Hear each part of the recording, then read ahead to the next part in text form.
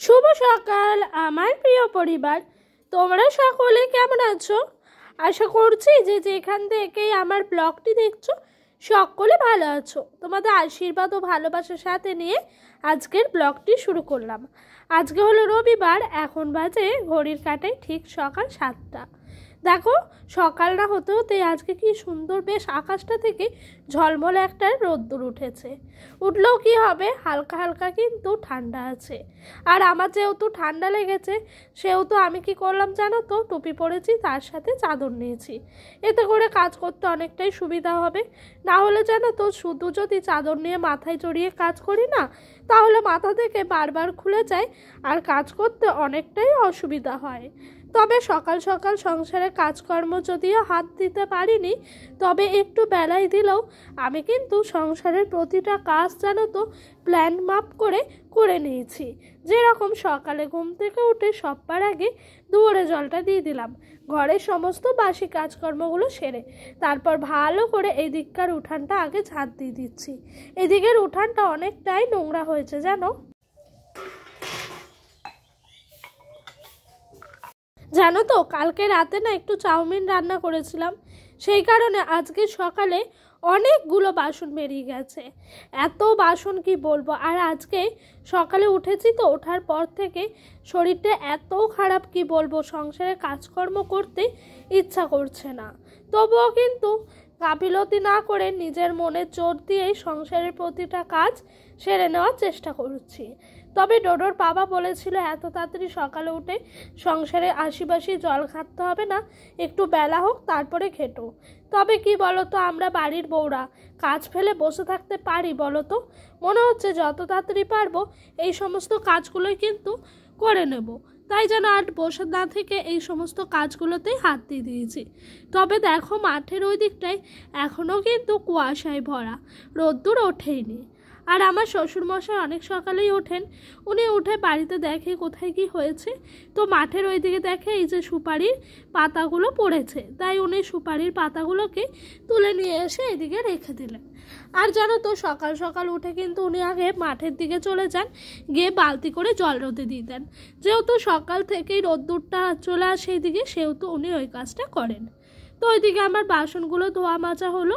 এদিকে দেখো, জানলার পর্দাটা নামানো ছিল, সেটা ভাবলাম একটু তুলে দিই, তাহলে একটু ঘরে রোদ্দুরটা ঢুকবে। না হলে বাইরে এরকমভাবে পড়ে থাকলে দেখতেও ভালো লাগে না, রোদ্দুরটা একটু ঘরে ঢুকলে বেশ ভালোই লাগে। ওই দিককার সমস্ত কাজকর্মগুলো সেরে নিলাম। সেরে দেখো একদম দুপুরে রান্নার প্রস্তুতি নিয়ে নিয়েছি। আমার জানো তো শরীরটা ভীষণ খারাপ, তো সংসারে সকালে ঘুম থেকে উঠে বাসি কাজগুলো করলাম, তো করার পর থেকে শরীরটা যেন আরোই বেশি করে খারাপ হয়ে গেছে।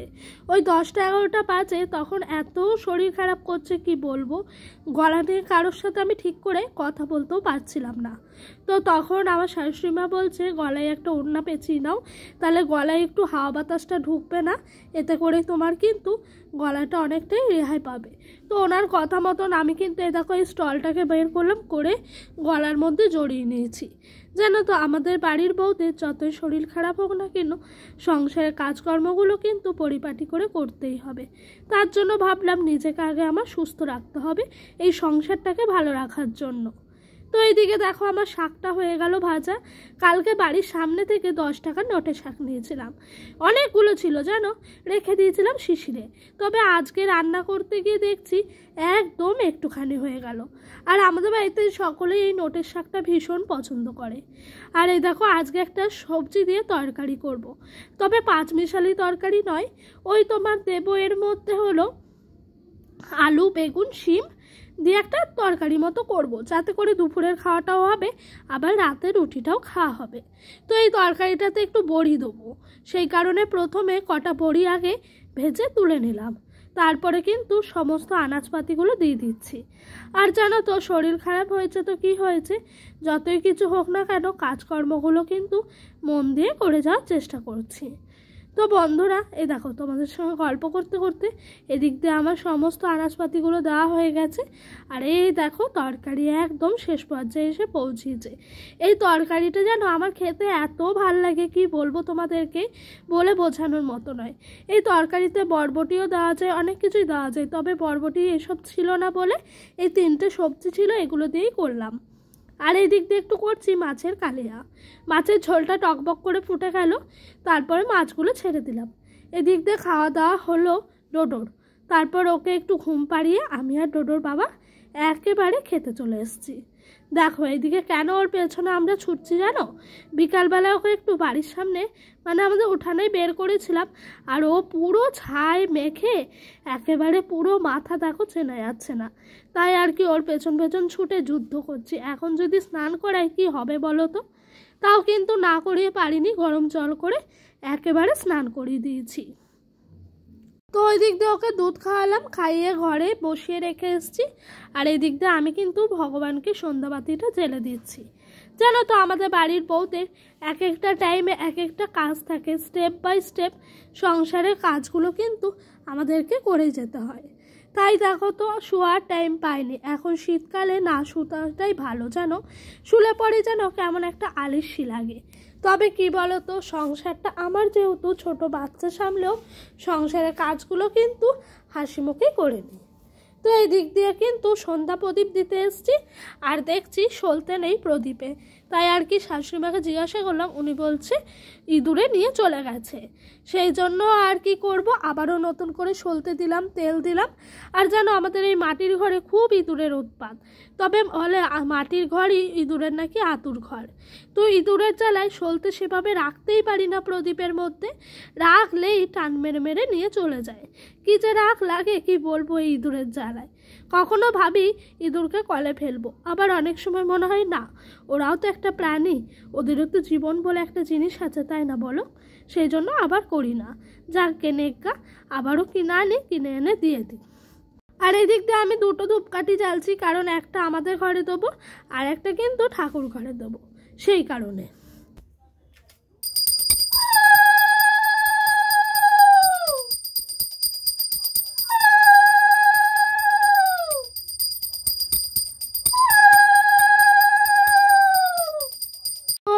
আমার সন্ধ্যাবাতিটা মোটামুটি করে জ্বালা হয়ে গেল।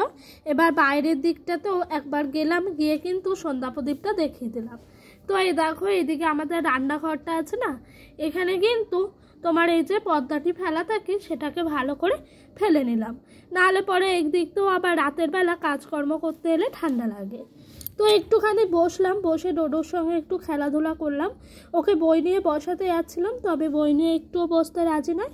সেই কারণে আর কি করব, ও যেহেতু পড়বে না, ও ঠাম্মার কাছে দিলাম, দিয়ে আমি কিন্তু রাতের রুটিটা করতে চলে এসেছি। আজকে রবিবার যেহেতু, সেহেতু শ্বশুর গেছেন কীর্তনে। আমাদের এখানে প্রত্যেক রবিবারে কীর্তন হয়।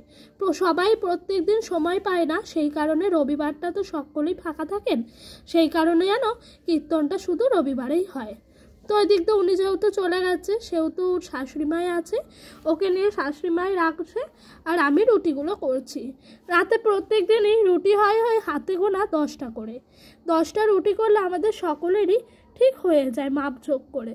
যেহেতু ডোডো 1.5খানা রুটি খায়, আমিও 1.5খানা খাই, ডোডোর বাবা 2টো, আমাদেরই 5টা। শ্বশুরমশাই কোনো দিন খান 2টো, কোনো দিন 3টে। যেদিন শ্বশুরমশাই 2টো খান সেদিন শাশুড়িমা 3টে খান, আর যেদিন শ্বশুরমশাই 3টে খান শাশুড়িমা 2টো খান। এই করেই কিন্তু খাওয়া দাওয়াগুলো হয়ে যায়। তবে জানো আমি না এখনও অবধি ঠিকঠাকভাবে রুটি বানাতে পারছি না। তবে সত্যি বলতে খুবই কঠিন এই রুটি করাটা। অনেকেই বলবে রুটি করা ভীষণ সহজ, যারা পারে তাদের কাছে ভীষণ সহজ লাগবে। তবে আমার কাছে মনে হয় লুচিটাই সবথেকে সহজ, কারণ কি বলো তো, লুচিটা অনেক তাড়াতাড়ি করা শিখে গেছিলাম। তবে এটা কি কোনো ব্যাপার আছে, যারা যেটা খেতে পছন্দ করে তারা সেটা নাকি তাড়াতাড়ি পারে। লুচিটা খেতে আমি ভীষণ পছন্দ করতাম আগে, রুটি 2 চোখের বিষ ছিল, তখন যেন কি ভাল লাগতো এই লুচি করতে, লুচি খেতে। আর এখন এই দেখো এই রুটি খেতে খেতে না অভ্যাস হয়ে গেছে রাতে রুটি খাওয়া। তবে যেন রুটির সঙ্গে যদি একটু ভালো তরকারি থাকে তাহলে আর কি লাগে বলো, জমে যায়। কখনো না ইচ্ছা আছে একদিন তরকা করব, তবে আমার শরীরটা অনেকটাই খারাপ, সেই জন্য তরকার করা হয়ে উঠছে না। আর জানো তো আমাকে এভাবে তাওয়ায় ফুলিয়ে ফুলিয়ে রুটি করতে হয়। আমাদের বাড়িতে ডোডোর বাবা বলে যে ও নাকি ডিরেক্ট গ্যাসের রুটি খাবে না, গ্যাস থেকে নাকি ওর শরীর খারাপ হয়, এরকম কিছু একটা বলে। তো ও আমাকে করতে দেবে না বলে এরকম করে আরও কিন্তু আমাকে রুটিটা করতে হয় একটা একটা করে সেঁকে সেঁকে এরকম করে চারিদিক ফুলিয়ে ফুলিয়ে। তবে এই রুটিটাও আবার খুব যে খারাপ হয় তাও না, মোটামুটি চলে যাওয়ার মতো হয়ে যায়। তো এরকমভাবে চলিয়ে নিয়ে কিন্তু সংসারে প্রতিটা মুহূর্তে চলে যাচ্ছে।